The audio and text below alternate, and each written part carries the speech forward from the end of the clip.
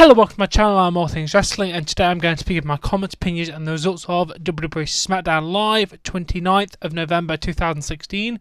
We kick off the show with Renee Young in the ring for the contract signing for the WWE SmackDown Live Women's Championship.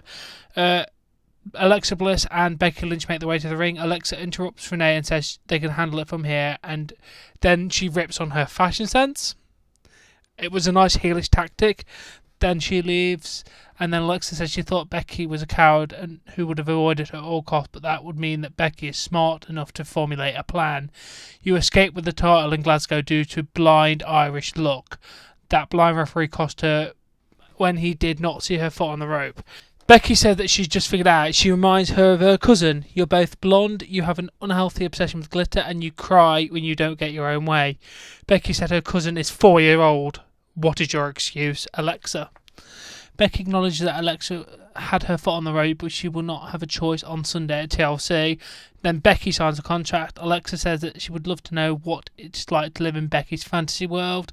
Becky said being nice did not get her number one pick or the women's title. She said that Lexi has only accomplished multicoloured lips and some spite sounds on Talking Smack. Alexa said that there is something about Becky because every time she hears her speak, she wants to puke. It does not matter how good you are or how hard you work, there is someone better and she is standing in front of you. She tells Becky to do whatever she has to do, but she will pour water on Becky's straight fire and become the new SmackDown Women's Champion. Alexa signs a contract and she says maybe they didn't teach her to speak on that potato farm, but don't call her Lexi. Becky then punches Alexa and then Alexa punches back. Becky with an exploder, and then she runs Alexa into the corner and kicks her. Becky removes the cover off the table and sets up near the corner. Becky puts Alexa on the turnbuckle and then sets up for a super exploder, but Alexa stops Becky and pushes it off straight through the table. It was a nice spot. It helps build their feud. It was nice to see a table spot to start SmackDown. I think these two are possibly the best women in WWE right now. No offense, Charlotte and Sasha. I just think these are more entertaining. Then we go to our first match of the evening. It is a tag team match. Baron Corbin and The Miz versus Dolph Ziggler and Kalisto. It was an alright match. Kalisto hit the Sala de Sol, however you pronounce that, on The Miz, and then as he was trying to pin him, Corbin came in and hit him with a chair, and the referee called for the bell, and then Dolph and Kalisto won by a DQ. I didn't really do much, I'm going to be honest. I didn't really enjoy that match. The first half an hour was just kind of filler for me. I didn't really enjoy the first bit of it. Then we go to the locker room where American Alpha are getting ready. They are asked about their match tonight against Randy Orton and Bray Wyatt. Chad tells the person that they are prepared for tonight. They were not prepared for the Wyatts popping up last week after they had already won the match. Jason and Glenn talk about their sharing magic powers, and Jason can suplex Randy and Bray and they won't come down. They will also turn out the lights on the Wyatts. They will show why they are the premier team on SmackDown. Jason said that Randy and Bray should listen to their warning and run. It was great. I love seeing the American Alpha run a promo. It is absolutely amazing. They don't do much promo work, but they should because they are absolutely amazing talkers. Then we get the Wyatts in the back, and then Bray said that they want to prove that they are the best team they can, and then Randy interrupts and says he was like American Alpha. He was naive and blind. He has seen the light. They proved it on Survivor Series. They will prove it tonight. Randy asked Luke if he will do what needs to be done against Kane. Bray tells Harper to send Kane back to hell. Again, another great promo. I'm loving the new Wyatt family at the minute. It is really good. We are back with Carmella, and she has a message for Nikki Bella's boyfriend, Mr. Hustle, Loyalty and Respect. She wants to publicly apologise to John for what she's going to do to his girlfriend. This Sunday in their no disqualification match, she's going to pick up a chair and hit her so hard in her chest that her Bella twins are going to pop out of her back. Oh my god, that is cringeworthy. Seriously, WWE, that is bad writing. Please don't do this to people like Carmella. She can actually talk. She will do John a favour by hitting her so hard that the last thing she will think about is a wedding. What will the E network do when they have to cancel season 2 of. Nikki Bella comes down to the ring and goes after Carmella. She absolutely lays into it. It was amazing. The referee does come back and then holds Nikki enough for Carmella to get out of the ring. It wasn't like a referee trying to be heel. It was just kind of, he did it just to help people break up. It was amazing. This segment, these two feud is amazing. I actually really like it. I cannot wait for the no disqualification match on Sunday. It's going to be an incredible match.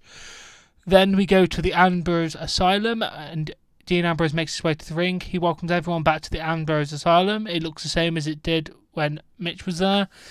He said that he has not lost his touch because he has a great show tonight. He brings out his guest, James Ellsworth. Dean asks Jane how old are his boots because he needs new ones. His next question is whether you thought that you would be part of the SmackDown roster. James then says 6 months ago he never thought he'd be on SmackDown. He kept showing up and fighting until he was in the right place, and now he's a WWE superstar. James says that there is anything you ever need, he is by Dean's side. Dean says you can thank God for blessing you with a strong bloodline and genetics. You must have had some good karma from another lifetime. If you want to wash his car, that won't be the worst thing in the world. I also have some laundry to pick up too. And you could also get a 6-pack for later. Dean mentions that James also has a future opportunity for the WWE title. Dean asks James who he's rooting for at TLC. James said that it would be an honour to wrestle Dean for the WWE Championship, but he has defeated AJ Styles 3 times and he said he can do it again. AJ Styles makes his way onto the stage. He asks if this is what you call quality entertainment. This is not quality entertainment. He gets his way to the ringside and then gets on the announce table, and he tells Ellsworth that he is nothing more than a prop to insult him. AJ said that Ellsworth is as smart as a dummy. Well, he's not as good as a ventriloquist dummy because they actually have chins. Dean asks AJ if he is saying that he lost to a dummy 3 times. AJ said that Ellsworth never would have beaten him if Ambrose didn't interfere. He will not let Dean make a joke of him. He demands Dean's respect, and if he does not get it, he will beat it out of Dean and use every rung of the ladder and every chair and table he can on Sunday to get it. He said that he will beat Dean until he can no longer stand. Then he has something for the superstar. All James has to do is show up, and AJ dares him to show up. If you think your face is already disfigured, think about what will happen when he uses tables, ladders and chairs. Dean says AJ has a talent, but over the last few weeks he said that AJ is way too easy. He said that titles are won on square foot in your head. In 5 days, you go into the most dangerous match in WWE with him, and you're worried about this mutant. Fun and games are over on Sunday. When you clear the cobwebs, you'll be looking at Dean grabbing the WWE Championship. AJ pushes Ellsworth into Dean, and Dean hits a chair. AJ sends Ellsworth into the table. Dean is sent into the ring steps, and AJ throws the steps onto Dean. AJ returns to the ring and he kicks and punches Ellsworth. AJ drops a ladder onto Ellsworth's back. Ellsworth is caught in the ropes. AJ hits Ellsworth in the back with a chair. He sets up for the Stars Clash, but then he sees the ring steps, and then he sets up for the Stars Clash on the ring steps, and then he does it straight onto the floor. It looked brutal. Seriously, it looked like he absolutely killed James Ellsworth. I like the kid, but bloody hell, it was amazing. Then you had EMTs and referees, and then they were putting him in a neck brace and on a stretcher. Then we go to the back where Dean Ambrose is walking with Ellsworth with the paramedics. Dean admits it's his fault and he would fix this, and then they put Dean and James in the ambulance. This whole segment was absolutely amazing. It's keeping James Ellsworth fresh. It now takes him out for a couple of weeks, or maybe until Sunday and he makes a surprise return. I like it that he's taken him out. It's fresh, and hopefully it builds up either heel Ambrose or heel Ellsworth, which I cannot wait for heel Ellsworth if that happens. But overall, it was a really, really good segment. Then we go to our second match of the evening, Kane versus Luke Harper. Match was standard, just like the one they had in the pre-show of SummerSlam. It was really good. Kane won with a chokeslam, which is disappointing because I'd love for Luke Harper to actually get a win because he is really good, actually. Let's move straight back on. But then we go to Becky in the back with an ice pack on, and Renee Young asks if she suffered any injuries when she went through the table, and will she be able to defend the title on Sunday. Becky said that she has bruised her back, but she will defend the title even if she has to put an ice pack on her back until Sunday. Renee says that Alexa wants a table match now, and she said she can have it, and she will get her revenge on that bitch. Seriously, she used the word bitch live on WWE, and they didn't blank it.